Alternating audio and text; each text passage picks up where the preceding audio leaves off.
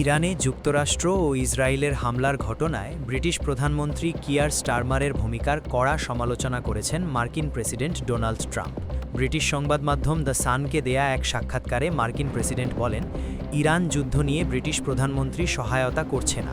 আমি কখনো ভাবিনি যে এমনটা দেখব, কখনো ভাবিনি যুক্তরাজ্য এমন করতে পারে।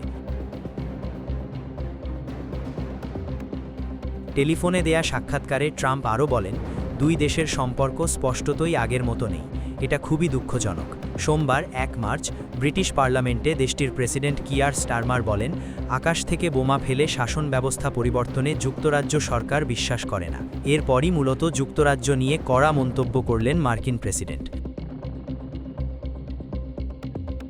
প্রতিবেদন মতে, ইরানে হামলার জন্য যুক্তরাজ্য প্রথমে নিজেদের ঘাঁটি ব্যবহারে যুক্তরাষ্ট্রকে অনুমতি দেয়নি। তবে ব্রিটিশ সরকার পরে তাদের সিদ্ধান্ত পরিবর্তন করে ইরানের সামরিক স্থাপনায় হামলার জন্য নিজেদের ঘাঁটিগুলো ব্যবহারে অনুমতি দেওয়ার কথা জানায়। দ্য সানকে ট্রাম্প আরও বলেন, ইরানে হামলার ক্ষেত্রে ফ্রান্স চমৎকার, তারা দুর্দান্ত সব সহায়তা করছে, কিন্তু এক্ষেত্রে যুক্তরাজ্য অন্যান্য দেশ থেকে আলাদা।